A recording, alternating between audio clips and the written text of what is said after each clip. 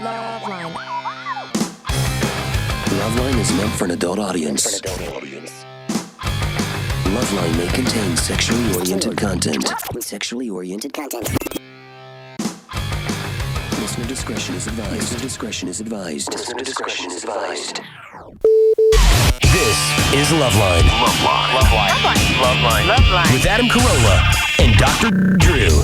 There, buddy. It's LoveLine. I'm Adam. That's Dr. Drew. Phone number 1-800-LOVE-191er. Dr. Drew, board-certified physician. Diction measure. Oh, yeah. Oh, yeah. You know, I was watching the Robert Blake verdict. Oh, yeah. Today. First off, you know, it's amazing how much mileage you can get out of a show if you're on it in the 70s because there's no other TV shows on. Mm-hmm. It's like, well, sure, everyone remembers Beretta. It was a sort of mediocre to crappy show that was on in the 70s when there was 2.5 other channels. We had no choice. Right. I mean, if you looked at the rundown of what else was up against Beretta in 1972. Yeah, it was, Make Room for Daddy and Farm Report. Right, My Mother the Car. And, Gillette presents Fire on Ice. That's right. Ex-Olympic specialist, gold winner. Yeah, or it's if they're nothing. If they're going to line something up, try to topple it, Bad Ronald. Right, something like that. And once in a while they'd have a Let's Rap. It's a forum where chicks wearing like a kufi and she's got a big afro and they're sitting around. There's a fern. Look like public access. Right. Talking about the mayoral race in Cleveland. There was nothing. There was nothing. So that means for the entire country on Thursday night, was it a Thursday night show? I don't remember. It seemed like a Thursday night show. You had 3 choices, and Beretta was one of them. Yeah, well, that's the thing. Like, I sit around the writers' table over at Kimmel, and everyone's like, who saw 24 last night? I didn't see 24. You're not watching 24? No. How about The Shield? No, I didn't see The Shield. You're not watching The Shield? Yeah. You're not watching it? And then what about The Contender? No, I didn't. Contender's awesome, man. New Contender. And it's like, I realize, yes, these people are not stupid. These are college-educated guys who write for television for a living, and these are very good shows that they're all very much fans of. It's just there's only so many hours in the day, but there's the list, everything from the sort of, like I said, the 24s and the Shields on the sort, and then the 1,000 CSI shows and all these things, these sort of 1-hour cop drama things. Then you head over and they have all these home improvement shows, and then there's all History these Channel, there's all these Channel. Then you got The Apprentice and all this kind of stuff, and then there's all the documentary on Ava Braun and everything. It just keeps going, and then there's sports, and it just keeps going and going and going. And I think, I was just sitting at the table today thinking about Family Affair. And I was just thinking, what a full blown what a bummer that show was. Oh, what yeah. a full-blown bummer that show was. And I just thought, would a show like that make it 4 or 5 seasons? It wouldn't even exist. Are you kidding? The pitch to be laughed out of the room. Uncle Bill, today's baseball tryouts at the park. Can you take me? French.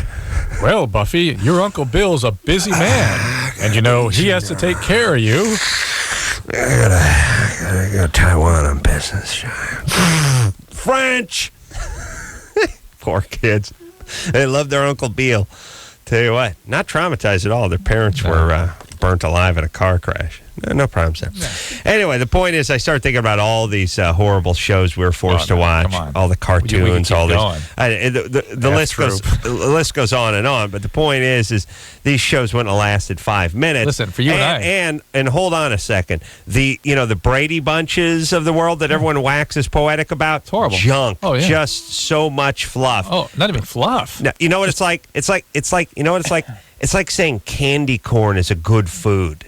Yeah, because you ate it when you were 9, and you're like, oh, come on, it's good food. I love it. I love that. No, it's junk. It sucks. It was horrible. That Brady Bunch sucks. You go back and watch a Brady Bunch. There's not a laugh. There's not even a smile in it. I wish people could appreciate the sort of vantage point that we have, the idea of the pitch of these shows. Somebody has to think of these things, think about it, and go in and pitch them to networks that they were going to spend millions of dollars producing. I think they were coked up at the time. I got this. Listen. No, just right over here. I got this great idea. You'll love astronaut? it. No. Well, that show was great, wasn't it? The astronauts go back in time, but no. Not back in time. Finds a bottle on the beach. Oh well, that one. Got the genie in it. I think we have I think we have a troop. Where should we go with this? We do F troop. Should we do which True, show? you got to pick one. I can't think of one to do. All right, well, don't start the pitch. Let's get a nun that flies. Yeah, about the flying nun. A nun. Just bear with me on this. Please, Drew. It's a nun. It's a Sorry, nun. And she has a habit. You know those funny habits? Looks like paper airplanes. Yeah. I bet if she put her head into the wind a certain way, they don't look fly. like paper airplanes. Well, just go with me. She put too much starch in hers. Okay, all right, whatever. Well, you understand that's what happened to her habit. The habit hangs down around the neck. Hers was starched. And that's why it... That's why she flew. Well, Michelle. Yes. Get on that computer thingy and find out why Sally Fields flew in the Flying Nun. She put too much starch in her habit and actually created an airfoil. Okay, I got one for you. You're a lesbian. Yeah, bear with me. It's World War II. World War II. Mm-hmm. A concentration camp. Mm-hmm. I know. It's hysterical premise. Hysterical. Is this a drama? No, a comedy. Concentration camp. Comedy. A group of international soldiers who are being held in a stalag. And then they're at the whim of this fat guard. Hysterical premise. Hysterical. Schultz. And the guard is under the supervision of this crazy commandant. Yeah. It'll be great. Clink. I mean, how did that even go down? All right, the point is none of these shows would have stood a chance in today's market, no doubt about it. But in a way, well, not really. I was going to say it's like comparing yesterday's athletes to today's athletes. No, it's not fair. That's worthy. No, yeah, that's worthy because they still needed 5 guys who made the cut for the basketball team. Whereas now there's just so much competition, so many slots, everything's so much better. But here's what I'm saying. Robert Blake trial. Yeah. Now, Blake, as everyone's still talking about Beretta from the late 70s, crappy show. And again, like I said, there's no equivalent to that. The show's 30 years old. You would not know a guy who was on a show 30 years from now because there's 5 million shows. He was found not guilty and seemed to be fairly evident that he was guilty, but he was found not guilty. And it's the same thing they do with all the court stuff. Same thing with OJ. It's like, well, they did not prove beyond a reasonable doubt that he was guilty. The system worked. Yeah, we didn't have any hard evidence. I mean, you take a trial and you get rid of a body or you get rid of a gun or you just don't have any blood spattered on you. You're walking if you have a decent attorney. Oh, people could have heard you talking about killing your wife. People could have had you solicit undercover agents who you thought were hitmen to kill your wife. You can do anything you want. You can take a video of yourself talking about wanting to kill your wife. No hard evidence. No hard. So it's just speculations. No hard evidence. Which to me, if you had if the entire courtroom was gathered out on the curb by the restaurant watching him shoot it. Watch him shoot the person. Obviously, we wouldn't need the whole system. The whole system is to sift through the evidence, which does not include videotape of the person killing them oftentimes. And oftentimes, you don't find... By the way, that wouldn't be admissible if they had that anyway. Right. You don't find the person has the other person's guts splattered on them and stuff. You have to do you have to hear some evidence, timelines, where the person was, motive, and that kind of stuff. Yeah. Now... we can't really convict anyone unless we actually have gunpowder residue on them and the spatters of the person's blood on them. The fact that they wanted to kill him and left the place and we're in the same place and there's no new killer and the prints are on whatever, doesn't seem to be anything. But here's all I'm saying, Drew. All I'm saying is I've been saying for years now, what about the lie detector? What about it? Regularly for a long time. What about the lie detector? We've had this lie detector. It works pretty good already. It's probably 95% of the Earth's populace couldn't really effectively pass this if, in fact, they murdered somebody. Yeah. All right, maybe 90%. Who knows?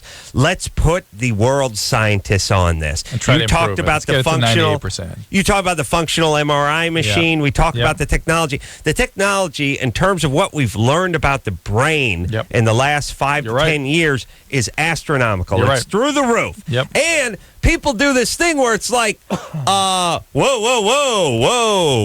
there. Hold on a second, Orwell. We can't throw out this tried and true system. We can't throw out the system that has a bunch of guys in Illinois on the death row. We have to let them all go because a bunch of college students figured out that none of them were guilty. And OJ walks. OJ and Robert Blake are out. They got a tee-off time tomorrow at 7:30 at Riviera. We can't throw this one out. Watch TV. Watch TV on a Friday night. Watch those 2020 shows. You'll see some teenagers been locked up for 10 years that didn't do anything, or some poor black guy was drifting through town. I'm taking a good look at our system. We seem to be about a coin toss. If you have money for an attorney and you got enough money to throw at your problem, there's a pretty good chance you're getting out of whatever it is. And conversely, if you're junky and you don't have the money and you get the court appointed, whoever, and maybe you ain't the right color and maybe you're not in the right place, there's a good chance you're going in. Is our system so perfect that it's beyond reproach? It doesn't seem good at all. I would much rather have the lie detector in place. And they do that first off, they do that thing. It's like, how could we ever possibly replace human beings? How about a calculator versus a ninth grader? Right. We got machines that do stuff a lot better than people all the time. This could just be another one. Yep. And when you think about the jurors, you look at these people, they always interview them, and the chick's got 4 different shades of hair, and they're chewing tobacco, and they're in their 50s, and they're wearing a Budweiser windbreaker and a Dale Earnhardt button, and they're going, I just didn't see what, and you think to yourself, would you want this person picking out the restaurant you ate at tonight? Would you want them picking out the movie you rented? How about deciding what you wore that day? Right. How about what music you listened to? Is there anything you would trust this group of people to pick out? How about the frames for your glasses, Drew? But the rest That'd of my life, awesome. that I'd be. Would you want them picking the frames out for your glasses? You No. look like Swifty Lazar. Yes, I Would you want them doing anything? You know what I'm saying? No. No. Let's just get this piece of technology. It already exists. It's been around for 40 or 50 years. Let's just put some final touches on it, get the world's scientists together. In 5 years, it's done. We've tested it. It's 97% effective. What we got now, 55, 60, 65. What is it? We don't even know. We don't even know. It doesn't sound so great to me when I look at these things. Boom. Right in and right out. And it's not just murder. Robert Blake, Michael Jackson, whatever. Some guy says he took a slip in a casino. He's suing for damages. We'll find out whether he slipped on purpose or not. Boom. Right up the detector. And it's just the same as the blood alcohol thing. If you don't take it, all right. If you say you're not going to take it, then it's just positive. You're guilty. Yeah. That goes down as a positive. And by the way, in capital offense ones where we're going to put you in the chair, if you don't pass, we'll send you through a couple more times, and then we'll do a little supplemental whatever. Nice. But just for most of the stuff, just pass it through. Wouldn't you be satisfied with that? Yes. And if you had this piece of technology that you knew that the world scientists worked on, and it worked, and Robert Blake went through it, it's like, green light, you'd be like, oh, all right. There you go. Well, there you go. Well, we better start look. Now we have a system where, Blake's going home, OJ's going home. You guys going to look for the killer? No. What about the police? You guys going on? No, we're satisfied. But you're satisfied that the guy went home. Yeah, but we're not looking for anybody. He was our man. He was our man, and he's at home. It's like, really? No, that's it. That's it. Yeah. You have a good lawyer, by the way. Man, do you know you have a good lawyer when you get off for murder. It's like, not guilty. All right, I'm going home. And the cops are like, well, we're done. You got a good lawyer. I mean, just think about how good a lawyer you have. That was OJ's thing. I know. Even though he initiated a search. He's still looking. Oh, yeah. I know. He's moved to Florida. He's got him tracked down in the Everglades. No, I'm saying is, just close your eyes and think about how good your goddamn lawyer is when you go home and the cops go home too. Yeah. Nah, we're done. There you go. All right, I have a plot summary for The Flying Nun. Thank you. Thank you. 1967, the large headgear on the 90-pound Sister Bertelli of the Covenant in Sister Bertrill, I beg your pardon. Sorry. Yeah. Can't read San it really Marcos far away. or I need something. new glasses. In Puerto Rico. Yeah. Enables her to fly in any stiff breeze. Yeah. See, they all had habits like that, Adam. They all did. Yeah. No, I'm telling you, hers had starch in it. The starch used to be a big thing, everybody. I don't know what happened to starch. You used to be able to ask for extra starch. There was tons of comedy about guys who got too much starch in their shirts and walked like the Tin Man. There was a lot of starch humor. Starch Starch. It would panel snap. that's come down. The opera singers would snap, would roll up in their face like a blind. What the hell? Yeah. All right, now, Adam, you've been asking for this kind of call. Destiny. We aim to please. Destiny's 21. Hello? Yeah. Big boobs. Yep. What's up? Well, you guys were wanting somebody to call with big boobs, so All right. here I am. She should be on the Blake jury. Well, An auctioneer. here we are. Yeah. Yodeling? She could yodel? Yeah, I never imagined it would go like this, Destiny. I thought it'd be different. What's up? How big are your boobs? 36 double D. 36 double D. All right. How big's the rest of you? I'm 5'5", and I weigh 132. 132, specific. I like that. You believe it. All right. Sound like a knockout. What's going on? Nothing, just listening to your guys' show. All right. Listen to it every night. Yeah, thank you. You have a boyfriend? No. Why not? What a waste. I got to keep my options open, you know? Oh, it's an opportunity cost, Adam. How dare you? Yeah, what options, though? Where are you going? What's going on? Oh, well, I work at a massage place right now. What does that mean? Huh? What does that mean? What kind of massage place? I do massages. Hold on, You I'm know, going to write just- that down. Not nothing like for medical problems or anything. I just work at a massage place. Yeah, so it wouldn't be any kind of medicinal massage. Like You're not a massage Are therapist. you then. licensed? No. No. You just rub people down. Yeah. What do you wear when you give these folks a massage? Just whatever. Hold on a second. Hey, Trevor. wait, let's recap. Works in a massage place. No. Works in a massage place, and there she gives massages, and she wears I whatever. work in a massage place. You need to interview me, Drew. Sorry. Well, what do you do there? Give massages. What do you wear while you're giving these said massages? Just whatever. And I see. Very, very colorful, entertaining picture. Yes. You said to call, so I called. Destiny? Yeah. So you just wear your street clothes? Yeah, you can just wear whatever you want. It doesn't really matter. Doesn't matter. Why does that matter? Well, because they don't have, outfits to massage out of. I see. Don't wear the white smocks or anything. No, and what's your specialty? Do a nice shiatsu or deep tissue? I don't even know what that is. All right. This is a pro. Does she? You want to ask? Wait, is there any kind of sexual contact involved? No. No. No. What?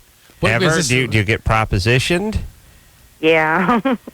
You do. Do you ever date these guys? No. What if a guy said, "I will give you $500, but I need a little help finishing off"? Would you help him? No, I don't think so. No. And No. what kind of place is this? Like in a mini mall? I mean, where is this place? No, it's Potosi, Missouri. Out in no, it's Potosi. not in mini mall. It's in Potosi. Listen, that's better. I thought she was going to say it was out on Carter Road or something, It's out in Potosi. Yeah. Let me tell you something about Potosi, Missouri. It's a little out of the way in terms of getting a rub down, but it's worth the drive. For Destiny. No, Destiny. I'm talking about for us. No, but I mean to see yes. Destiny, yes. Yeah, I'm just saying Potosi in general is a good place to get a rub down. Destiny does great work. Yeah, a lot of people head over the hill to Burke Williams over here on but Sunset. That's a waste of time. I'm just saying, if you just keep going about another 27 hours Hit without Potosi. stopping, hit Potosi. Get yourself a nice 50-minute rub down in a sauna, Ask and for then it's just a Destiny. short 30 hours back to L.A. Destiny, Yeah. how much do you make? $8 an hour. $8 an hour. This is sort of I'm perplexed, but I'm is the equivalent- intrigued. This is I'm the equivalent intrigued. of your carpet cleaning.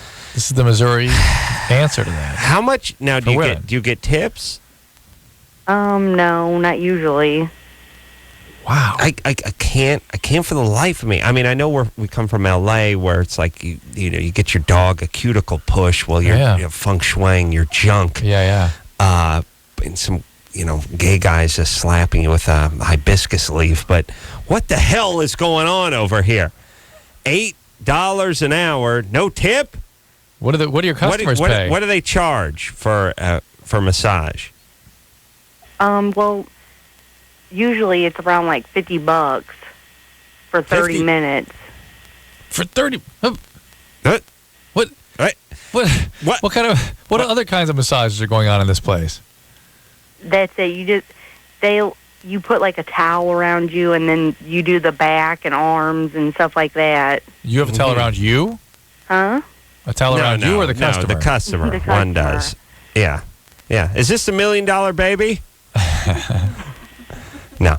All right, so listen, Destiny, you got to ask for a raise, because if you give someone a massage for half an hour and they're paying $100 an hour, and no, half an hour. But I'm saying, I know they give $50 and you get $4. It's not good.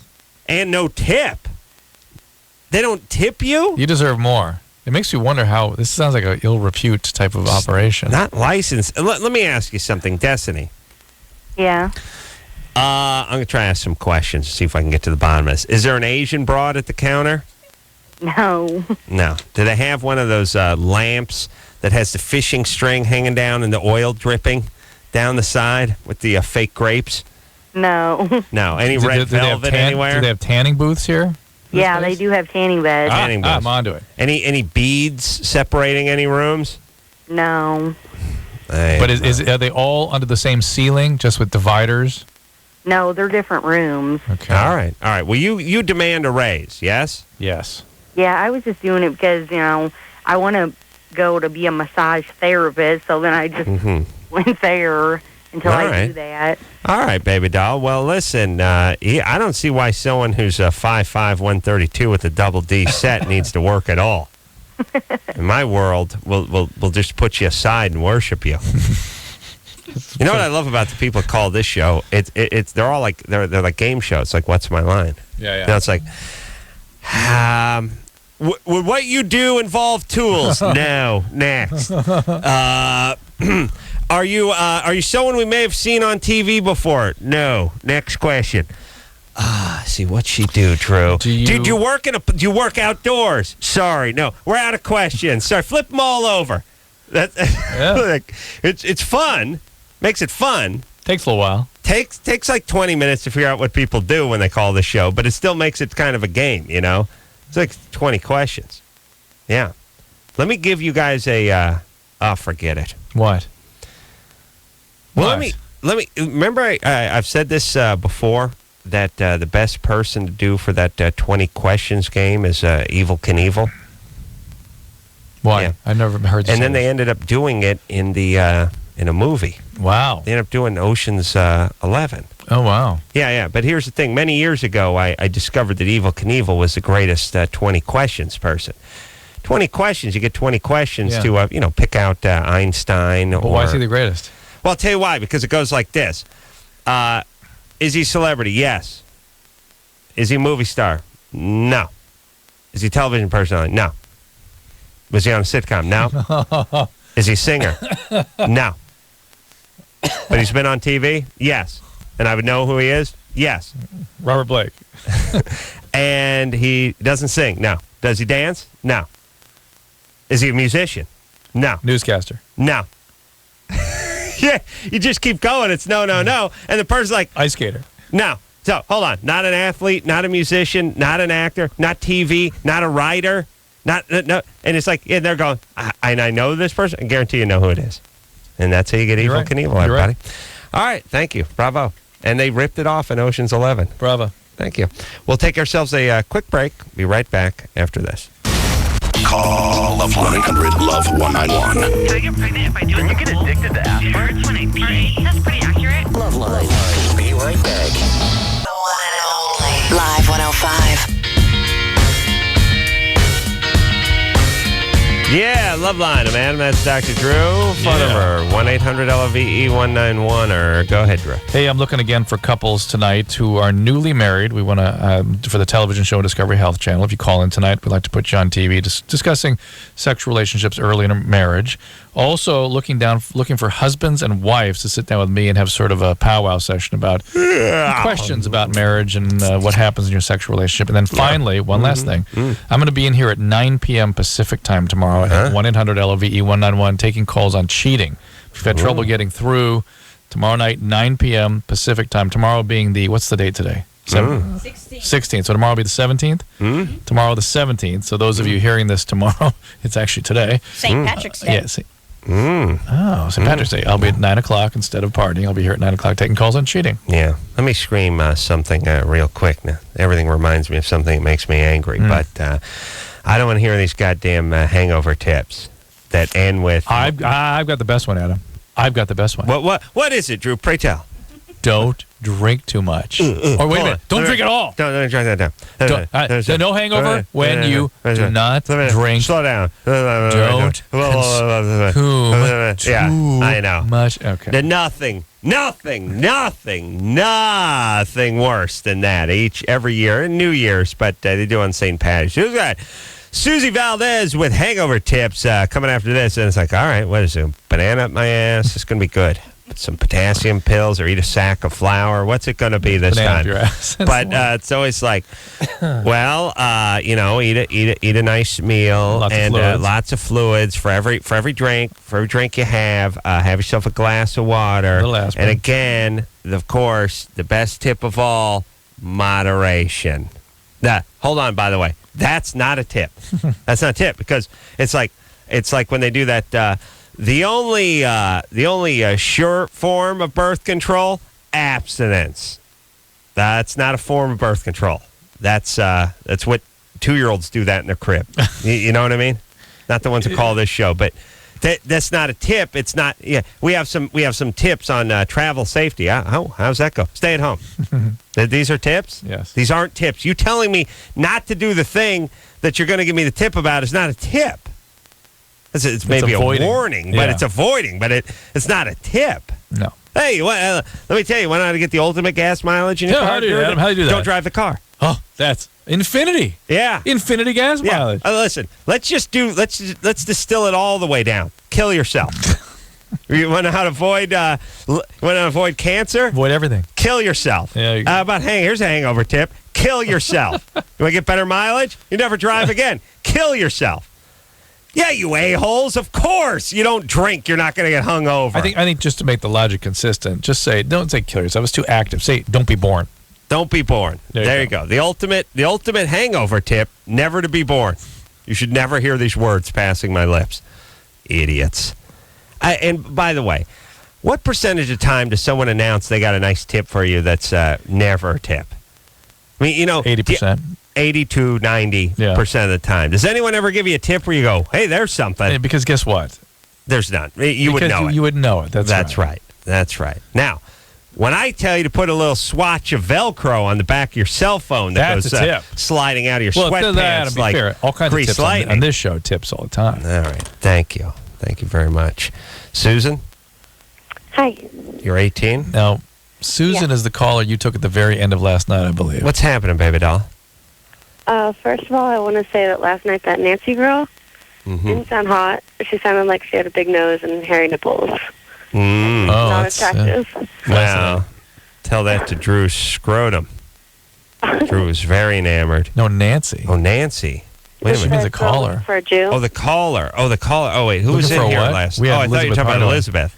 Wait, who is Nancy? Yeah, the sun's mainly just, it's all gases. It's burning gas. And she's like, no effing what?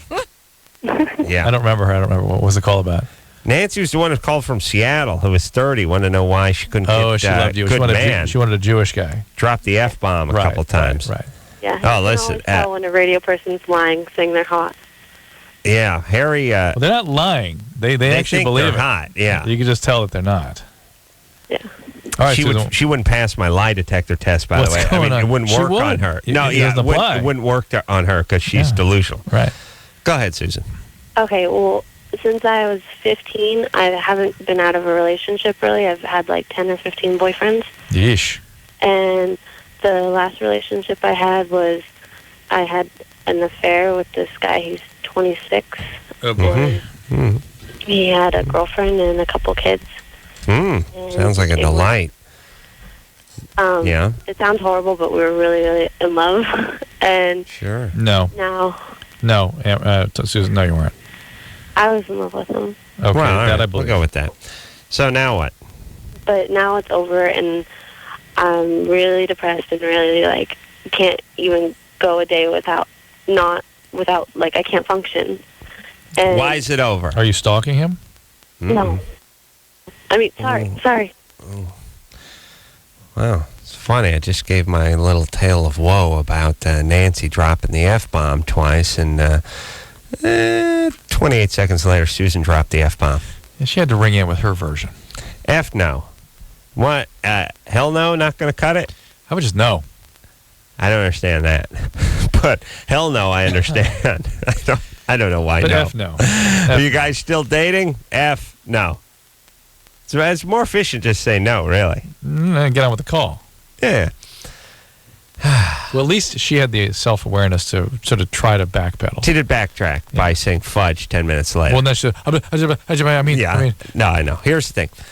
If you do drop the F-bomb or the S-bomb, you may as well just ride it out.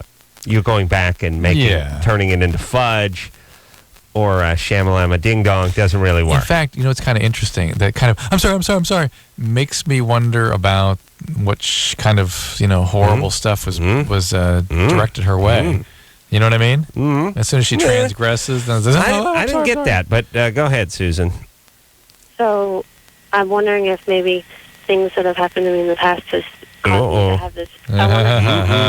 So what happened? What happened? Like, the first guy I ever kissed. No, before that. Long before that. Kid, dad. My mom's in a mental hospital. There we go. What is she for? What did she do before? What is she in for? Schizoaffective disorder. I don't really know a lot about it. It's pretty heavy. It's a thought disorder like schizophrenia, though not with all the prominent hallucinations, and it's a character illness. So there's lots of aggression and acting out, and all kinds horrifying of for a kid. And what about your dad? My dad remarried. I lived with him, and my stepmom wanted me out, so they kicked me out when I turned 18. What was your dad like most of the time? He's a nice guy. I still have a relationship with him. He's just. Am I right that he doesn't have a backbone. If you said anything bad to your mom, she would really lash out at you? I guess, yeah. I mean, this sort of we didn't really get along. But when you said that F word, and then you were like, I'm sorry. That was sort of such a profound reaction. Oh, but we have people do that on the show. They just catch themselves. It felt. I don't want you to hang up on me. Yeah. So your dad's an invertebrate like my dad? Yeah. She doesn't know what that means. Oh, okay. Pelesipod. Yeah, pelesipod. No, he's got no spine. Slenderate. I want to know how things like that can have a play in how I have relationships now and how to break out of that pattern, because it seems almost self-destructive. And it is self-destructive. It is self-destructive. It's basically one of the prominent features of the pattern that you're in is that people that are attractive to you are versions of your mom or your dad that were traumatizing to you in childhood. In other words, the things that made your mom sick were things that were horrifying to you as a childhood. The sense of horror becomes somehow in our brain when we hit puberty, young adulthood. Those horrible things are converted into sources of attraction. And people have theorized many different ways about why that's the case, but I think it's just the fact that our brains do that. And it's thought of as perhaps a way of trying to finish unfinished business. And of course, your sense of who you ultimately loved was your mom or your dad. And naturally enough, that's what love is to you. And so that kind of person is very appealing to you. And to have to finish something that was so horrible in childhood, try to make it right, it's very powerful. Yeah. All right. Well, listen, you don't sound stupid, Susan. But why did this 26-year-old guy break up with you? Or did you break up with him? It's like we hated each other, but we loved each other. Oh, yeah. We were always fighting. And all right, listen. Really, No. Okay. Let me He's an translate idiot. that. He's got He kids. liked having sex with you. Right. And you start getting attached. hated, loved him. And interestingly, again, that sense of horror and hate and all that increases your attachment needs. As humans, we don't run into caves when we get scared. We run to other humans. And so the person you're going to for those attachment needs is the source of the horror. It really intensifies your need to attach to them. So even though you hated him and all this chaos erupted, that made you hold on even tighter to him. And that's why I asked about stalking, because it's sort of a setup for a stalking situation. Susan, here's what you need to do. Get some therapy. Don't get pregnant for a while. Perhaps Quite a while. dabble a little lesbianism. Therapy's too expensive. All right, well, Lesbian's too do expensive? something. No, Lesbian? therapy. Oh, therapy's too expensive. A lesbian's cheap. Yeah. Just find another chick and, off come the gauchos. Culottes. I don't know what they wear. Here's the point. Susan, you can't afford not to go into therapy, little girl. All right, then listen to some classical music and take a walk. Okay. Just try not to act out. Don't do anything weird to yourself, and don't get pregnant. Another way of looking at this is maybe focus on your education. Don't have any relationships for a few years till you kind of sort things out. Continuously bad relationships since you were 15. Stop. All right, let's, Amber, Yes. 20? Yes. 26-year-old boyfriend won't have sex with you. Dating 4 months. Only kissed twice. Yeah. And he's 26. 26. You're gay. What? Yeah, it Not could be gay. What He's kind not of gay. what kind of kissing? With the tongue? Yeah. I mean, we kiss a lot, but just with tongue has only been about twice. He's gay. And Okay. no, most women can tell by how a guy kisses whether he's a man of passion. Does he kiss well? Yeah, he does. Does he have any moral or religious beliefs that make it such that he wouldn't want to be Not moving that I along with know of, and I know his family pretty well, and none of them are like that either. you? What does he say when you ask him why things aren't moving along? He says he's just not there yet, and it takes him a while to get there. Well, that's true. All right, let's try to break this down. What's he do for a living? He works in a hospital. He's an X-ray technician. Is he on a medication? No, Sure. Does he have any medical problems? not that I know of. All right, let's give a few possible scenarios. Okay. Number 1, gay. 2, gay. 3, gay. 4, gay. 5, gay. 6, gay. 7, gay. 8, gay. 9, gay. Yeah, I don't have to keep going, but it goes into First many 185 selections. Yeah, gay. 185. And Well, he's been married, and All right. he's been divorced for about a year, and I didn't know if maybe that had something to do with it. No. I'll tell you what it is. There could be a sexual proclivity thing. Wait, now, hang on a second. Before you, let's just address this one thing. He was married before? Yeah, I mean, is there a scenario that a man can encounter, a traumatic experience an adult male can have as a result of being sexual with a woman, that would call him off sexuality? Yeah. If she exploded, if she caught on fire, No. is there anything that could happen? No, I know. That would 'cause not have him. women think of guys like they think women. of themselves. Like, he had a pretty tough outing with a gal about 6 months ago. That means he's gonna. Now it's He's doubling vengeance. down, It's yes. vengeance banging Oh, my time. God. Now you're gonna feel the brunt of his anger Absolutely. via his penis. So Is there he's gonna use that thing anything? like Is a there bayonet anything? now? A mortar No. runs through the woman Well, while they're having Drew, sex. Your passion's starting to bleed through. No, but think about it. Is there? Can you even come up with a scenario that would call a guy off the hunt? Guys, if they have a traumatic relationship, are more eager to have sex with the next person they They're encounter, angry, yeah. unless the next person they counter is a couple, 4 Numbers or 5 notches down from where they came from, and they're not really that into it. Then Now, here's- they all right, shouldn't so- be dating that person. Yeah, but what happens is what can happen is you're with someone, the love of your life, someone you're very attracted to, Get a and little what cathartic have out you. and watch out. Deep breath. What happens is that thing comes undone. You end up sliding down a few notches in your mind, or maybe in reality's eyes too. You're just desperate. And You're looking for a port in a storm. You hook up with somebody, your heart and mind is still with this other person, and the new person is a good 4.5 when an 8.5 went walking out the door. That's a scenario where the guy's kind of like, and the guy realizes I ain't going to be around for long. I don't want to set the hook. Right. That is a guy I don't want to deal with the fact that I'm attached to this person and I don't want to be attached to. I don't want to. Yes, they feel like, or I don't want her attached to me. I feel guilty. it's like I'm gonna rob a liquor store, but I won't use a gun in case I get caught. It won't be any big deal. Right. It's like I'm not going to set the hook. Right. I'll be in a relationship. We can go as long as we want. We can see as many movies as we like and eat as much Chinese takeout as we like. As long as I don't screw you, we're cool. Yeah. No complaints. You can't convict me in any court in the land. That is somebody that though you're not seeing that guy every night. That guy's kind of around. No, so you got that guy, then you got confused sexuality guy, and then you got guy who is banging around and just has a conscience. Now, not really a conscience, but what I mean is there's something going on in the sexual department with somebody else. He could even have venereal disease or something like that, and you're just really not getting the straight story. But again, that's another guy. That guy ain't coming over every night. He's going to show up once every week or two. Amber? Uh-huh. Which guy could this guy be? Well, I don't think it's the gay thing. All right, I'll go with that. Keep going. I really don't know. I mean... Are you attractive?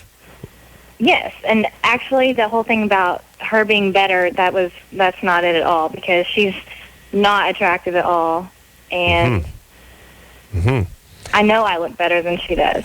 All right, and then what about, did she break his heart? Did she cheat on him with her best friend? Yeah, Drew's probably right, but is he really pining for her? Is he longing for her? Or is he Not that I know of. still seeing her? Is he still seeing her? Is it possible he's seeing her or somebody else? It's possible. That's what this is. Then this could be it, and he could be a decent guy who just... doesn't want to set a hook in you when he knows he's still partially in with this old one. Either way, we could speculate for another 15 minutes. None of it's good. No, that's what I'm saying. We're going to speculate for another 15 minutes. Good. He could be... No, none of it's any good for you. You need to talk to him and figure it out. But here's the thing. You need an answer. All you broads, you do this all the time where it's like, he beats me and then he cries and then he makes on my chest. Well, did you ask him to stop? No. Well, did you ask him why he did? Well, no. Feel free to ask. No. Or, no, here's what happens. I asked him. What'd he say? He wouldn't tell me. He was tired.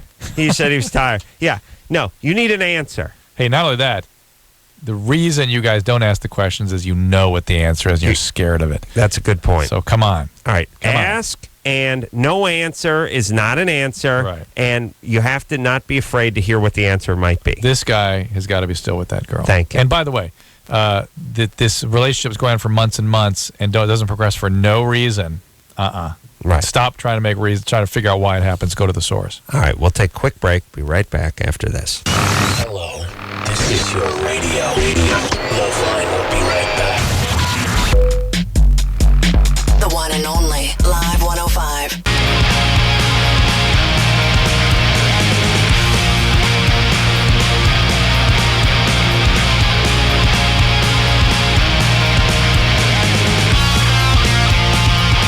Yeah, I'll tell you what, gotta get it on. Ain't no choice but to get it on. Hey, I'm still looking for newlywed couples who are willing to talk to me about their sexual relationships and husbands and wives sit down in a group and talk about it. Yeah. LoveLine. Yeah. Kim, Yes. 20. Yes. 30-year-old boyfriend has bad coke problem. Very bad. How much coke is he doing a week, let's say? Oh, he can go on coke benches for 3 days straight. That's an average binge. He's probably smoking cocaine then. Yeah, he snorts it. Really? Yeah, he snorts it. You sure he's not smoking it? Not that I know of. He's smoking it. 3 day binges are smoking. What's a gram cost these days? To be honest, I don't know. I hear it's cheap. It's like $30-$40 a gram. Yeah, he's smoking crack. I guarantee I got to get into coke. It's cheap. What's your question? It used to be expensive. Like, every time I bring up the fact that I want him to quit, he throws the hugest fit and gets all pissed. Sorry, I'm mad at me. He's a drug addict. He's not going to stop because you want him to stop. I know, but... How long have you two been together? 2 years. Why are you with another drug addict? I love him. Didn't she catch the nuance of that question? Yeah. I'm sorry, what? Have you, is your dad a drug addict? No, nobody in my family is. But you've never been with alcohol? No. My mom used to be an alcoholic, but not anymore. Okay. Oh, okay. That was then when you were a kid and a sponge and absorbing everything, but not anymore. To be honest, I never really knew she was. You knew. You feel it. And I asked why you were involved with another addict or alcoholic. I don't know. I didn't know at the time he was doing it when we first started. You're not answering my question. Well, you're being cryptic, Drew. Have you been involved with other addicts? Oh, no. Never? Never. All right. She's 20. Give her time. All right. All righty. So here's the thing that I always hear Drew say over and over. You can basically just lay it down. Either he gets help or you split. Or That's it. That's all you can do. I've done that a couple times. All right. Well, that's you didn't time to split. split. You didn't split, though. No, I didn't. Yeah. You lay down the law, but you didn't enforce it. The only thing that will get him to stop is cumulative loss and or a belief that he's going to die if he continues. Yeah. Mm-hmm. That's it. It's not going to stop because of you. It's What's he do? unfortunate. Does he He's a sell lawyer. something? No, he's a lawyer. Lawyer. Look out. All right. Is he... You're doing him a great service by how about you reporting help him. him out by... to where? The bar? A lot of places you could report it. Really? Getting him caught. And Well, how do you report it? What do you mean? Oh, ouch. What do? You call the Call cops? cops, yeah. What are they going to do? They're going to do anything. I don't even know. Look, I tried calling 911 a few months ago. It was just I know. It was busy for like 20 minutes, and I said, "Screw it." I don't know that you can call the cops for anything it's anymore. pretty bad. Kim, there's an organization called The Other Bar in Los Angeles. Look up The Other Bar, and they can maybe get a recovering attorney to come talk to him. Oh, really? Yeah, it's called The Other Bar. Wow. So this is attorneys helping other attorneys? Yeah. Is there a group where publicists kill publicists? That'd be I an got to get awesome that group. one off the air. I can't Okay. disclose. Check that out.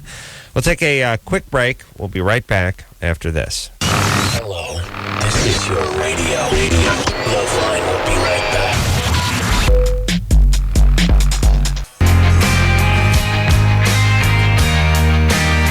Yeah, LoveLine. I'm Adam. That's Dr. Drew. Phone number 1-800-LOVE-191er. All right, let's rock. Here we go. Back to the phones we go. Aaron, Hey, what's up, 17. Adam? How's it going? Pretty good. Man, I just gotta say I love your show, Adam. You're the man. You're the man, Thanks. Adam. Drew, lots of love.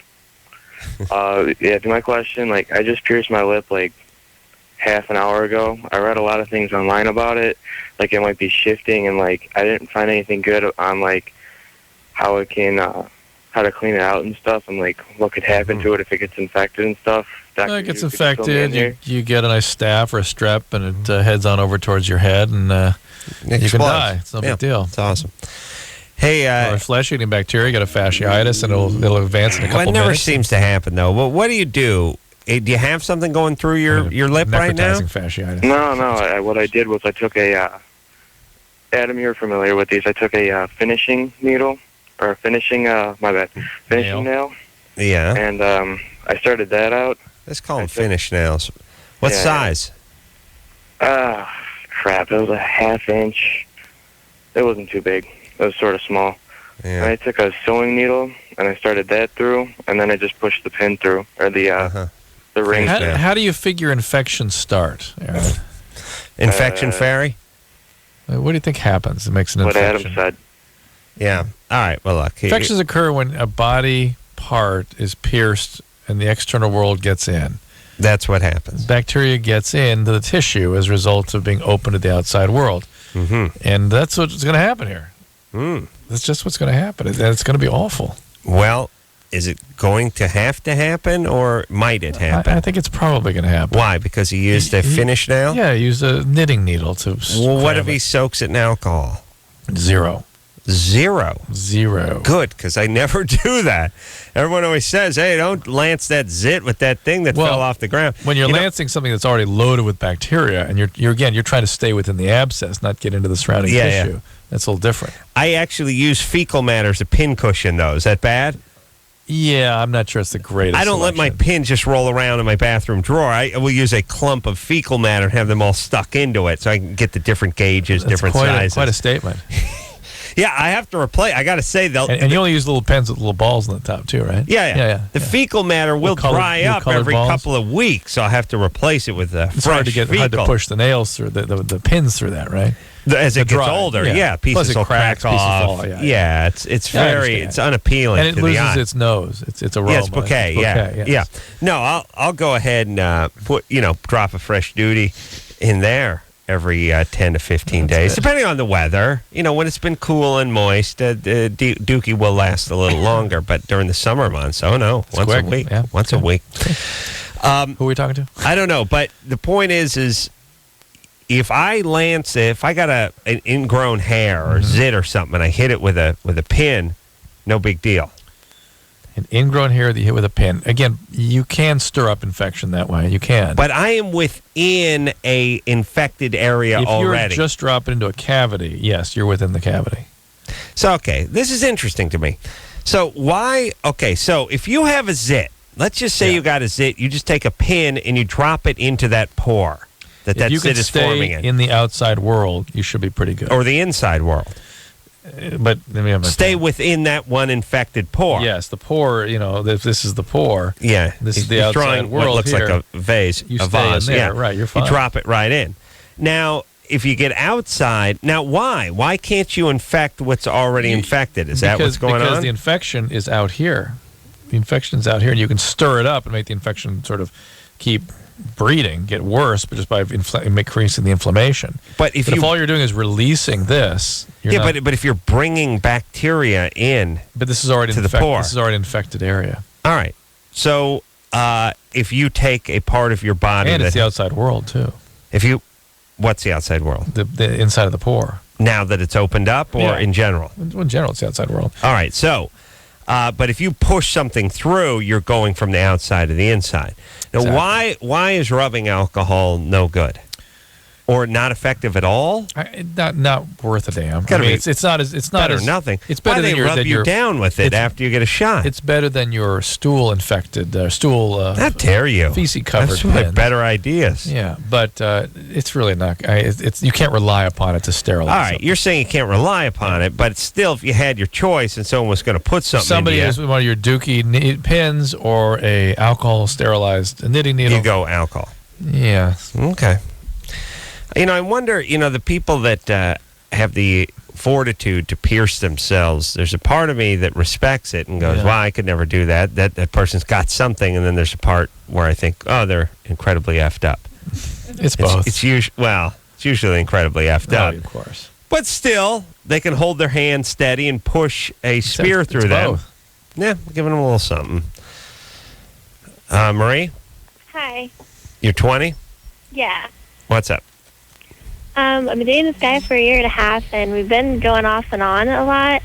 And he says that he doesn't want to be with me, but he won't tell me that he doesn't love me and doesn't want anything with me. He kind of won't. Wait, he just keeps sleeping with you. What you're saying? He does want to be with you? He says that he does and says that he does, and it's off and on. So. Hang on. He says that he wants to break up, but he keeps sleeping with you. Is that a more accurate way of saying it? Yeah, he keeps. All right. Him wanting to break up and him sleeping with you are two entirely separate topics. He you really understand? comes back and apologizes and says, I want to be with you, I want to marry you one day. All this stuff is confusing me. Yeah, well, then he has sex on you, right? Right. And then he wants to take off again. Yeah.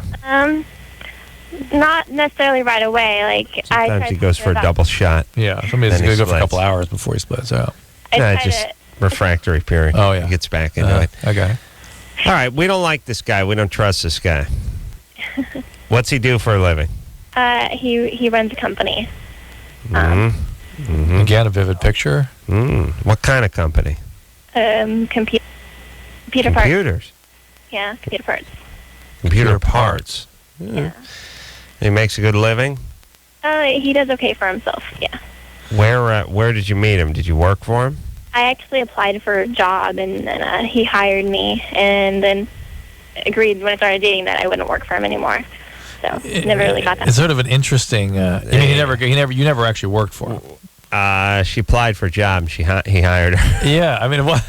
How about I worked for him for a while? What'd you do? Work with this guy? No, not at all. What happened was I underwent I filled out an application and went back on a few callbacks. Eventually, I was hired on under his. He was my immediate supervisor, and he began banging me when I keep the vending machines.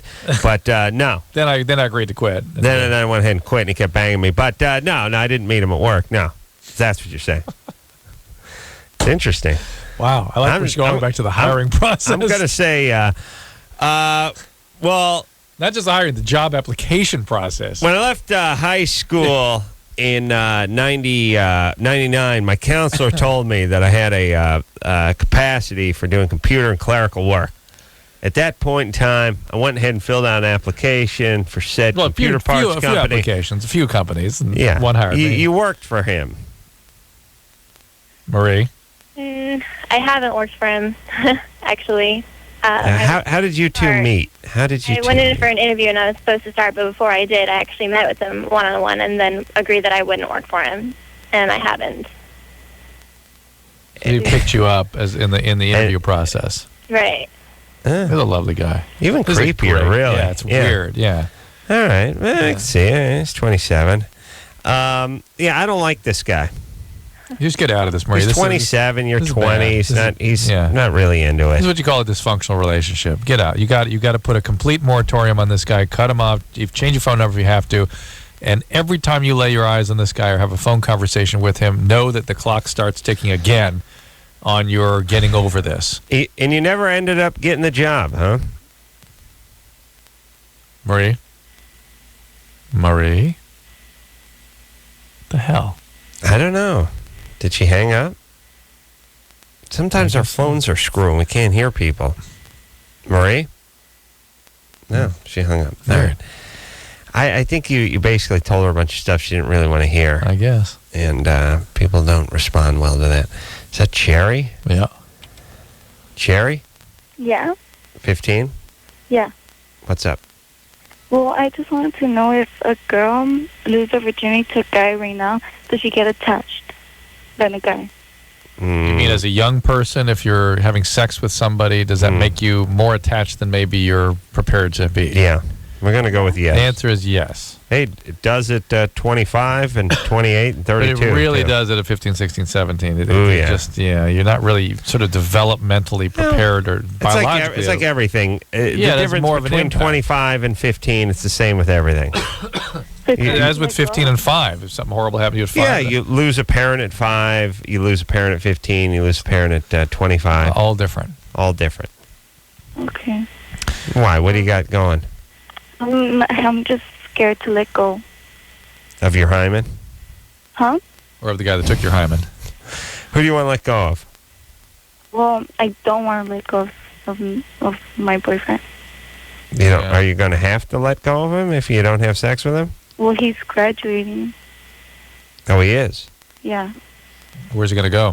UCLA. Really? Mhm. Huh?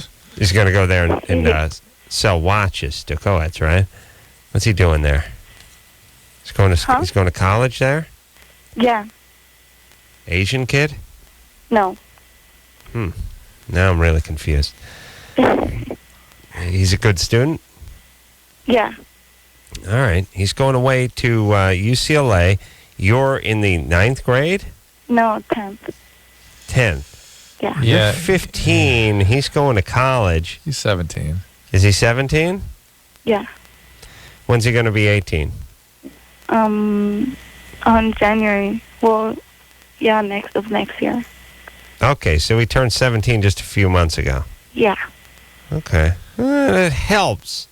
But now he's not going away to college for another 4 or 5 months, right? Yeah. Does he want to break up in the meantime? Yeah. Well, I want to let go, but I'm scared of... Is he wanting to break up now? No. Cherry, you understand why we're confused? Do you think he will break up with you if you don't have sex with him?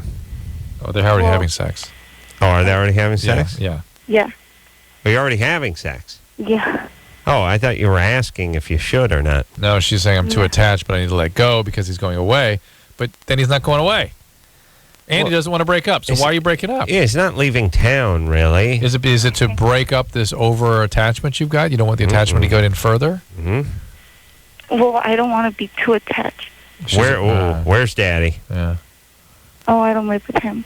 Shocking. I can't believe that. What happened to him? Where is he? Well, I don't know. I don't know. I don't really care about him. You don't really care about it. So this is the guy you really do care about. You got to Uh-oh. sabotage this thing. There we go. Now we're getting to it. No, stay with this guy. He's fine. Yeah, we like him. He's going to UCLA. Where's your dad? Where is he? He's in Torrance. Oh, there you go. And you don't see him very often.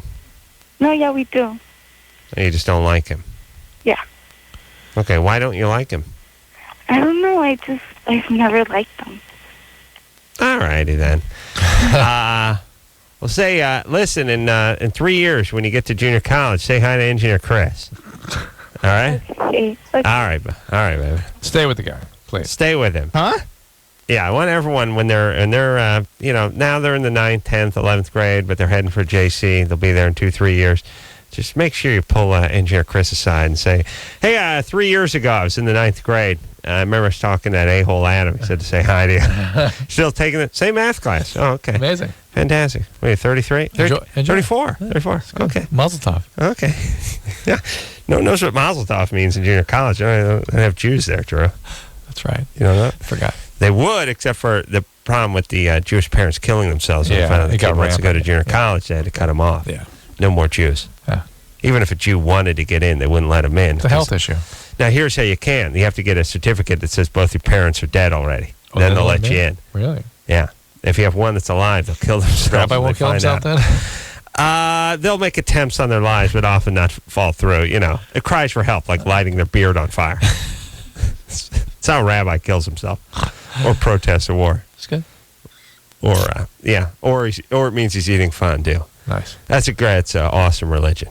Just let me just say this: driving out, looking at some houses on Sunday. Driving down the Fairfax area there, saw the Hasidim taking the kids for a walk. See the 9-year-olds with the black derby and the payos and the black duster on. Not child abuse, not a cult, really. And then I said, people in the car were arguing with me. That's not child abuse. You just indoctrinate your kid into some fakakta religion that is old nonsense, and then they get picked on all the time at schools. So you have to pull them out of school, and you have to send them to a special school where they can only be surrounded by their own people. And then they spend their whole lives, not being able to plug their washing machine in on a Saturday. That's not abuse. And everyone's like, well, that's a religion. I said, okay, let me ask you guys a question. What would you rather?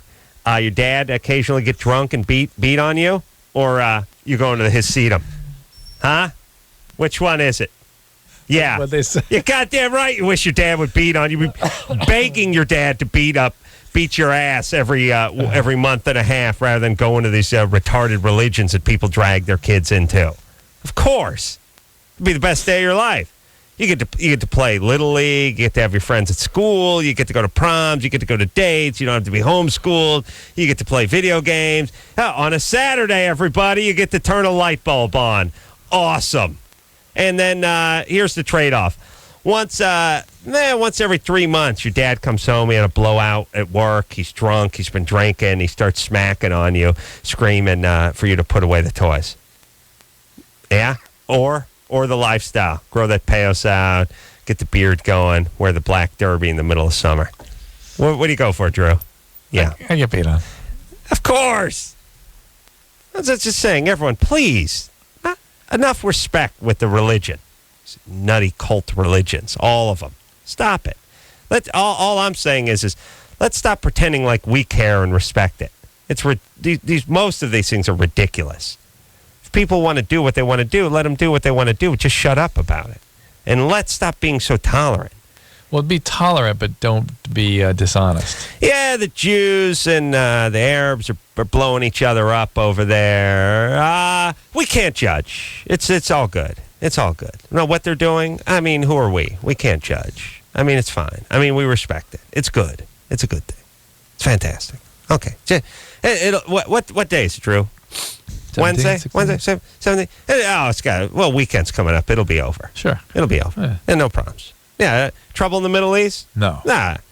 Yeah, it'll be over by Friday. Sure. Friday or Saturday, latest. Just a latest. little trouble. Latest. It's just going to blow right over. Yeah. No, let's not judge. Everything's beautiful. Everyone's right. Everyone's a genius. And utmost respect for all of you in your nut job religions. It's fantastic with you. And by the way, you're all right. Every one of you is right. You're all going to wherever place you're going to and praying to whoever you're going to. It's all right. Everything's right. Everyone's a winner. It's fantastic. Samantha? Yeah. Oh, you would take that drunken dad beating the crap out of you once a month any day over going into one of these retarded religions. And I don't care if it's, if it's the Judaism or it's the Shakers or Quakers or it's look, what's a cult? What's a cult? Somebody define a cult. But that's one guy to get laid. That's true. Samantha, this is a whole bunch of guys, none of them getting laid. That's the difference. Go ahead, Samantha. I was wanting to ask Drew if there was such thing as an addiction to, like, sex and porn.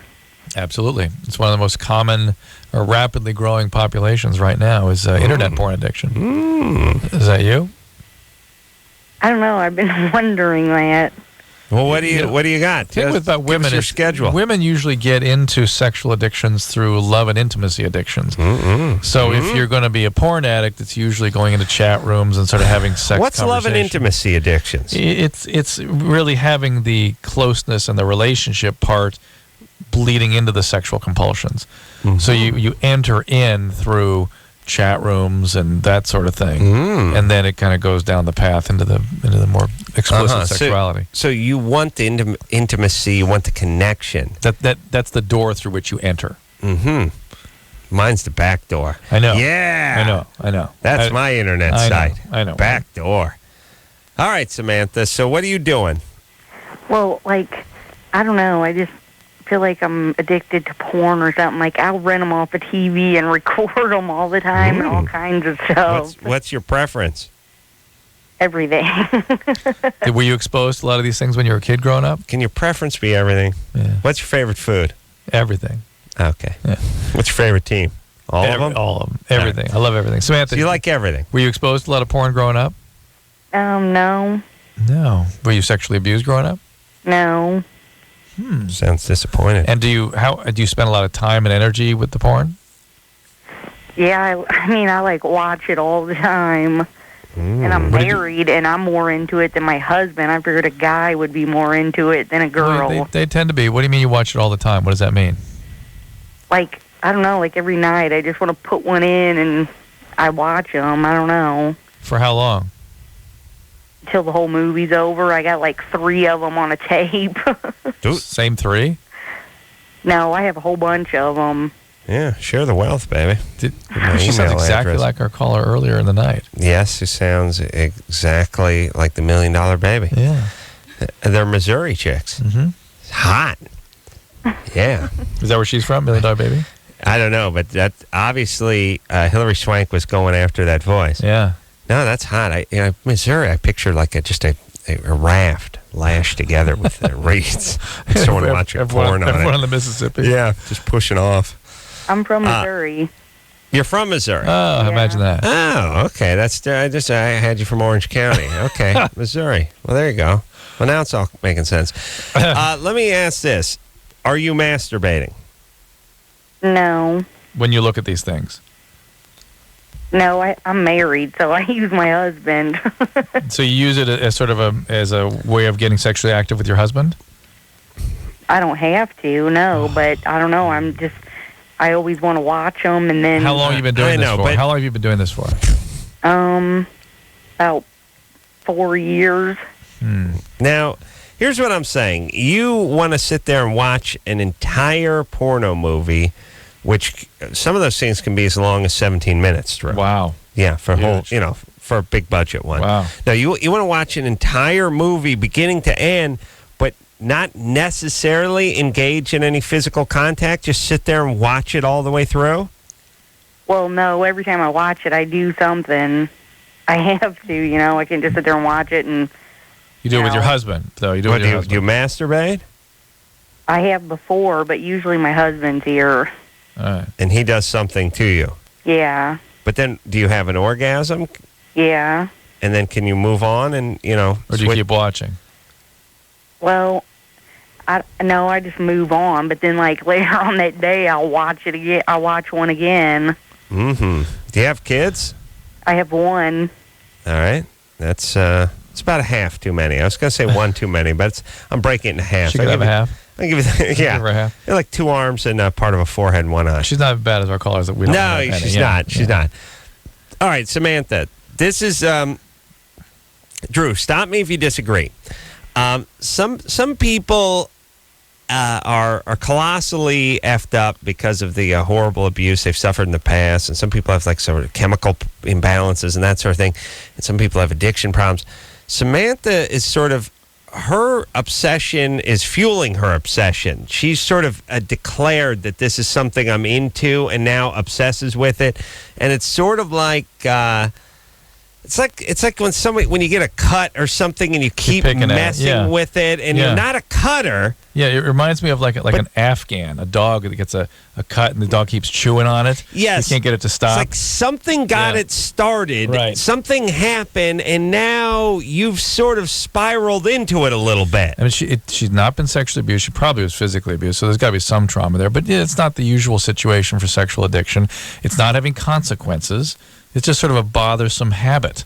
Literally, it's like a habit for her. Yeah, and she's labeling it as an addiction when maybe it really is an addiction, although it's becoming a self-fulfilling prophecy. Now she's making it an addiction. And so what? They use this as a marital aid. Big deal. All right, Samantha. Yeah. We've labeled you as not as effed up as you've labeled yourself.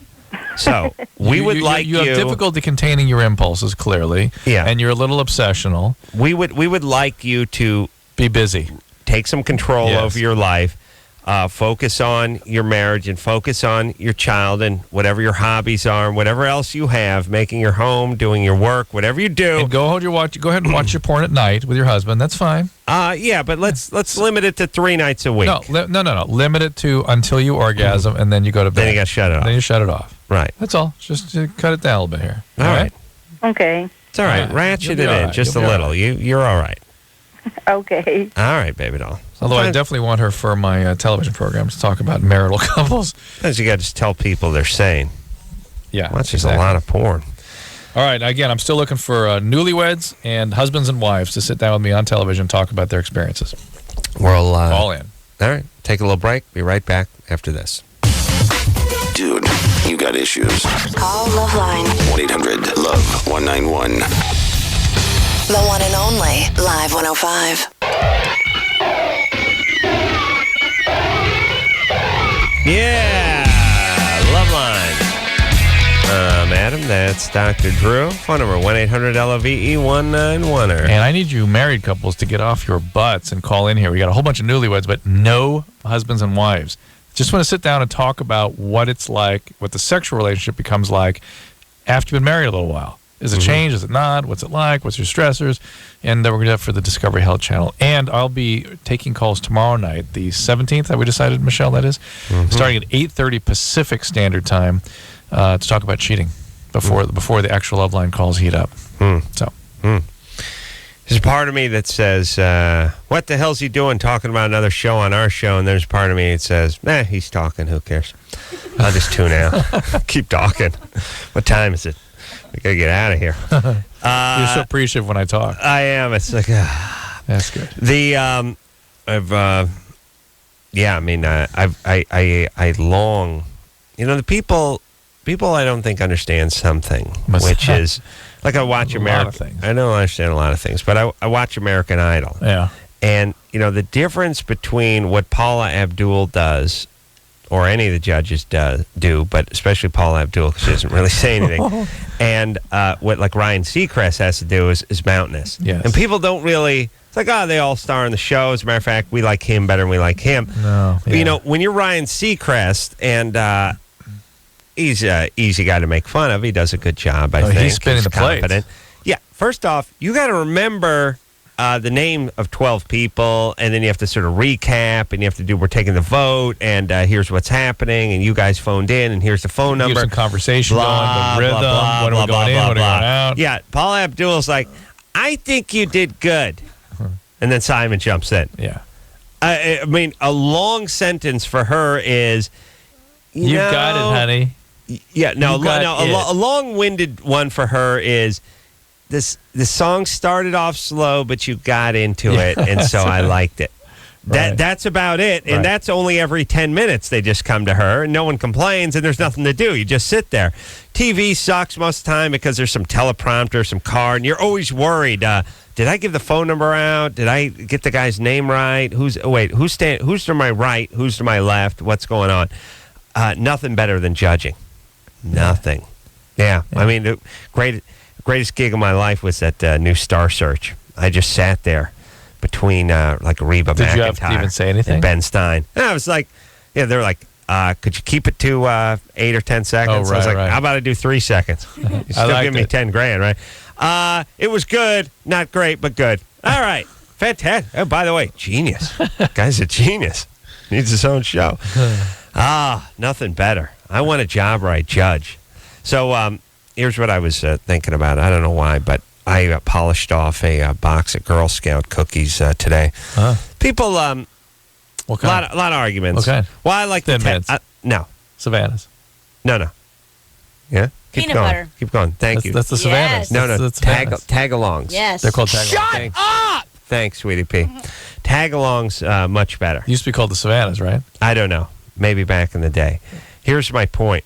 There is, and I did go to a car dealership once that just had the trefoils or whatever.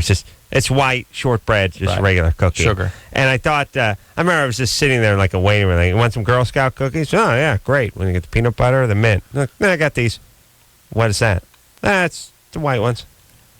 Those are the ones that are just lard and sugar. Yeah. They're Girl Scout cookies. And I thought, well, why would you, now I'm getting angry and upset. Again. Why would you get those? I just get a box of Girl Scout cookies. But you don't want to get the peanut butter ones or the mint ones, or how about the Samoas?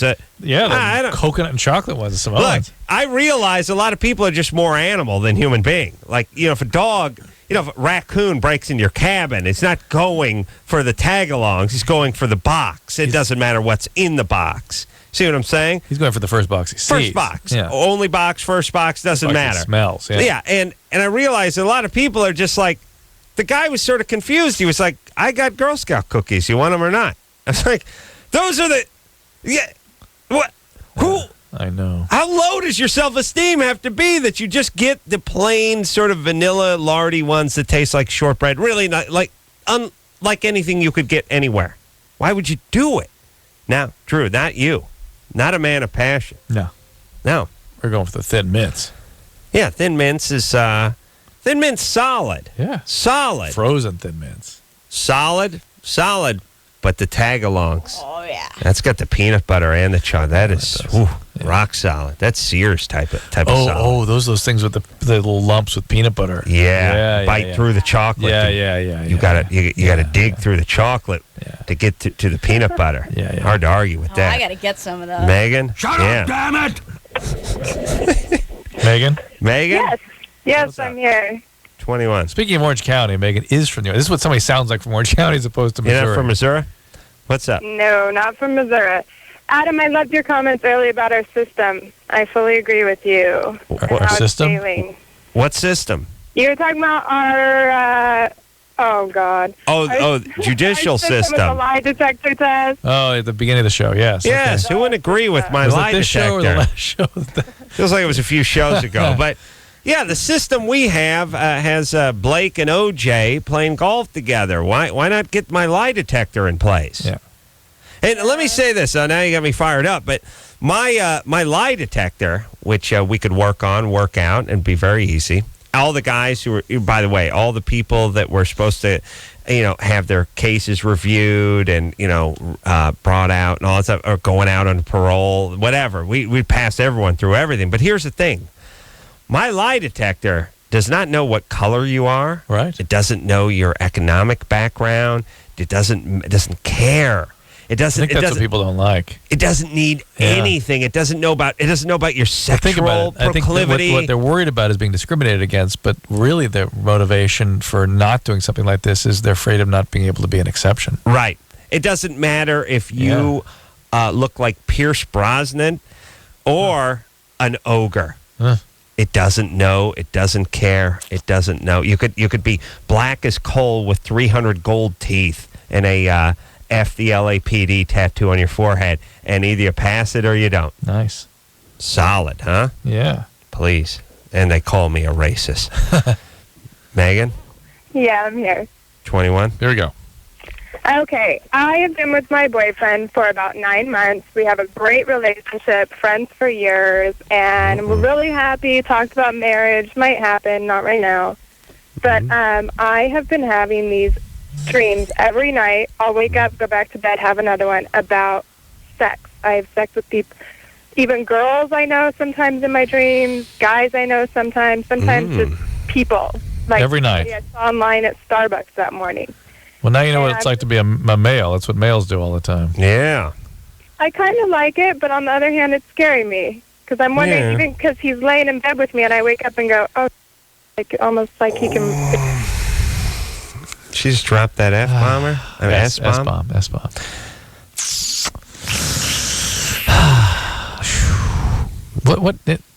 Yeah, again, on one hand, I'm sort of complimented that they feel comfortable enough to just drop the S and the F word in the middle of a conversation. It's like how your old lady feels when you drop your first gas bomb in front of her. Yeah, yeah. He's comfortable. This means it's for real. He's comfortable. He's into me. Yeah, this is long-term now. And then on the other hand, ring shopping. She wants to retch. He just blew a biscuit. We can start looking at rings tomorrow. I want to vomit on him. Yeah, you really should think that way, ladies. When he cocks that leg up and lets one fly, that means it's time to start looking at wedding dresses. Particularly when it makes the truck horns pull down with the arms. Yeah, Megan dropped the S-bomb, so we gotta hold her off for a second. Drew, let me ask you this: if as a guy you have these crazy sexual dreams all the time, means nothing. Means nothing. And we usually tell people, don't worry about your dreams. It's just that's what they're there for. Right. But as a woman who's having these types of dreams that we normally would almost reserve for males, occasionally a woman, but if a woman's having them constantly, does this mean more than it does for a male? If for a male, it would mean nothing. If it's a shift, if it's a change, it makes me worry about or think about something biological going on. Medication, ovarian cysts. What about just an attitudinal shift, though? Nah. Not in, I don't think so. Thinking about other guys, been friends for a long time. Now all of a sudden marriage has come up. No, because feeling hemmed in a little bit. I don't think so. She's thinking about men and women, and it's just pure sexual. Megan? Yes. Any new medication, birth control pills? I got off the shot about 6 months ago, and now I'm on the lowest birth control pill that you can have. Well, maybe that's it. Mm-hmm. You're talking about marriage with this guy? Yeah, we've talked about it, and I'm happy with it. I mean, we won't do it for a few years. I'm still young, so And you've been with him for how? You said 9? You've been friends with him for a long time? Yeah, for a couple years, so we're close. We really know each other well. Before you dropped the S-bomb, you said you'd wake up next to him and what? I would think, oh no, almost like I felt guilty for having the dreams. Tell him about him. He'll let you know how unguilty you should feel. Are you thoroughly attracted to him? Yes, I love him. I mean, our sex life hasn't been that great lately. Yeah, I said thoroughly attracted, not did you love him. Yes, I'm thoroughly attracted to him. All right, what's wrong with the sex life? He's been really stressed out with work. I'm trying to do work in school, full-time both. So I think we're letting it go. All right, we don't care. That's fine. Again, another thing, it makes me think, bipolar patients can do this when they get more manicky. They'll start having crazy dreams like this. Birth control pills, medication can do this. Pregnancy can do this. Also, people can hit little patches, and it builds on the last one. You're thinking, as you're going to bed, wow, the night before I had this crazy, sexy dream. I wonder if that's going to, and then that just carries you into the next night. They've clearly not been very attentive to one another. April? Yes. 26? Yes, I'm 26 years old. What's up? I've been friends with this guy for like 10 years. I met him when he was a freshman in high school, and I was a sophomore. And now I'm 26, he's 25. And we've both got out of pretty rocky relationships just recently, and we started having a friends with benefits relationship. And for some reason, I have this feeling in my heart that he might be the one. Well, that does it then. Yeah, well, you got to feel. You got to write a song first. First, you need to write a song. I mean, it's some like poetry. we're fabulous in bed. Okay, well, there. I've I'm never gonna been more comfortable with a guy. put a check by that box. Here's the problem, April. He's your friend. He's not your lover. Yeah, but she has a feeling in her heart. Yeah, well, there you go. Well, we're friends with benefits. Yeah, I understand. But the reason you're not further along is because he doesn't have the feeling in his heart. Not yet. No. I mean, Men we dated twice in high school, and it ended badly. And it's been a very, very long time since we've even considered it, and he's not even considering a relationship. Not since right? he's not even considering a relationship. Stay with that Not thought. since we've considered it. Since he's considered it. You've thought about it many times. Yes. He's not going to do it. Hey, look, it's awesome to turn the... I wish I could do the we thing, too, with everything. We're deciding whether I get the job. Yeah, you and the boss are going to decide whether you get a raise. We are going to decide I get the raise. Yeah, that supermodel and I are deciding whether I get a BJ from her. We're doing a little soul searching, putting our minds together. Think how grandiose and distorted that kind of thinking is. You know, you're going to make the decision. Your decision making bleeds into the other person's brain and makes it on their behalf too. Yeah, Brad Pitt and I are deciding whether we're going out dirt bike riding this weekend. Why not? I mean, we're deciding. We're giving it some thought. I'm still on the fence. Brad's pretty gung ho. Yeah, we, or he, or me. Wow, heavy. That was heavy. Heavy. April. Yes. That was so heavy that engineers Michelle, her cans came flying off. Her habits. She almost flew. She fell off her stool. All right. Look, I'm worried, and this is why the friends with benefits thing, which has been sort of friends with benefits, is almost like, I got a female trapped inside a male's body. It's somehow been accepted in the last 10 Friends years. with benefit is a catastrophe. It doesn't work for the chicks. Listen, even for some of the guys sometimes, it looks great on paper. I was at University of Maryland. I said, yeah, friends with benefits looks great on paper, right? We're friends. We love each other. And we have sex. No big deal. Yeah, communism looks good on paper. Right. It's the same principle. Doesn't work. Doesn't work with humans. Yeah. So, do you think I should give him an ultimatum, or... I think, and I don't think there's anything wrong with putting... Here's what... I don't think there's anything wrong with not putting the screws to the person, but saying, I have feelings for you attached, that are getting a little past the friends with benefits label. I need to know if you're having those feelings for me, because if you're not, I need to move on because this is becoming uncomfortable. And that's fine. And he has to be able to answer it. But don't put the screws to him so he can't answer it honestly. Right. You got to put it very gently, give him a chance, give him plenty of space to answer honestly, and then accept what he says. And don't buy into that, well, let me pump on it. I'm just going to pump you for a while and think about it. I'll do some soul searching while I'm on top of you. Let me pump on it. That's a good way to go. I like to pump on it for a while. Yeah. Yeah, because sometimes things get a lot clearer after a good pumping. That's the way I am. All right. And at the end, what's your answer now, honey? Yeah. All right. Let's take let me hear David Allen Greer. Yes. I just want to hear what David Allen Greer sexually sounds like. Anderson, do you He have doesn't like that? people looking at him. He doesn't like people looking at him. I will give you something to smile about.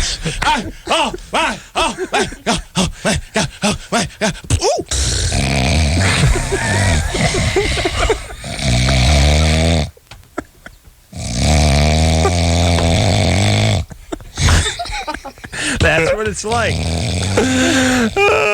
It's always funny. All right, let's take a break. We'll be right back after this. 1-800-LOVE-191. LoveLine will be right back. Live 105. Yeah! LoveLine, man. It's Dr. Drew. Drew, how about we keep a rocking, huh? Let's rock. Here we go. I want to talk to Lucy. She's been on hold too long. Lucy? Yeah. 16? Yeah. You use meth every day? Yeah. All right. Well, that seems bad. That's probably, in terms of addictive drugs, it's one of the ones we worry about the most these days. It causes something called excitotoxicity, where the chemicals that the brain uses to communicate amongst cells. I think you lost it. Let's just say they get loose inside the cell and turn into free radicals and destroy the cells as a result of amphetamine use. So you get brain destruction. So this is a really serious problem. Lucy. Yeah. How long have you been doing meth? For like a year and a half. Year and a half. Yeah. You're only 16. Yeah. Well, let me just say this, Lucy. You know, I'm an atheist and I don't care, so I can speak freely. This is, and I don't mind people that do drugs, and will do the occasional drug myself now and again. Meth is the worst of all the drugs, in my humble opinion. It really is bad. And you don't hear me making a big deal if some guy's smoking weed or drinking a beer. Or even, I don't even feel this strongly about coke or heroin. Meth is horrible, and it is ugly.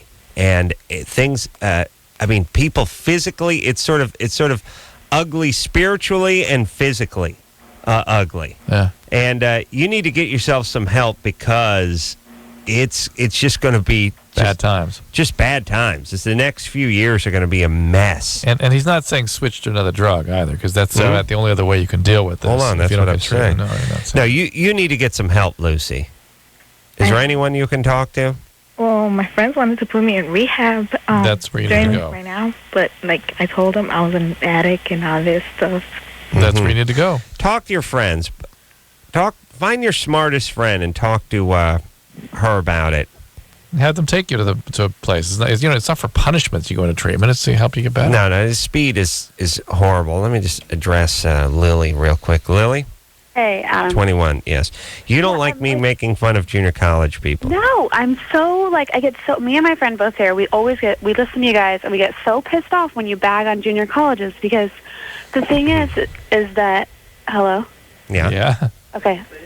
Oh, he said I can't say what I said, but I think I can because you guys are still talking to me. But anyways, I went to a junior college, and so did he, and we're both at the University of Davis, California now. Mm-hmm. University of Davis. Yes, and we're both really good students. University of Davis. And that's called UC It Davis. is University of California Davis. She said University of Davis. California Davis.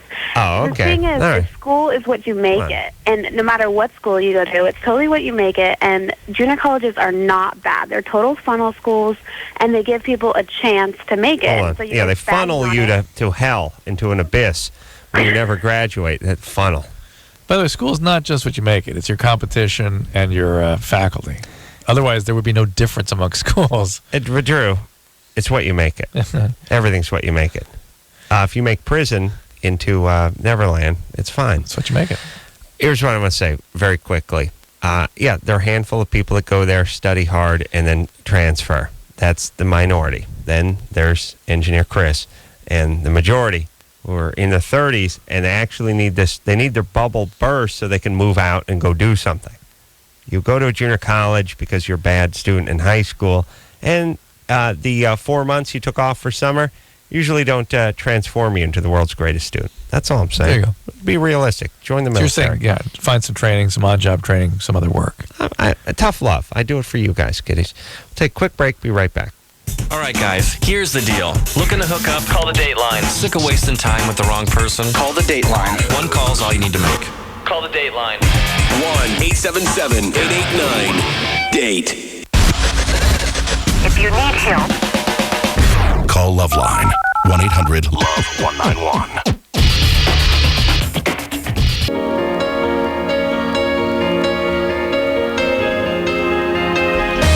Well, that's it, everyone. I want to thank you very much for tuning in tonight. And until next time, this is Adam Carolla for Dr. Drew saying mahalo. The opinions expressed on this show are not necessarily those of the staff, management, sponsors, or the station. The producer for LoveLine is Annie Gold. LoveLine is a presentation of Westwood One Entertainment.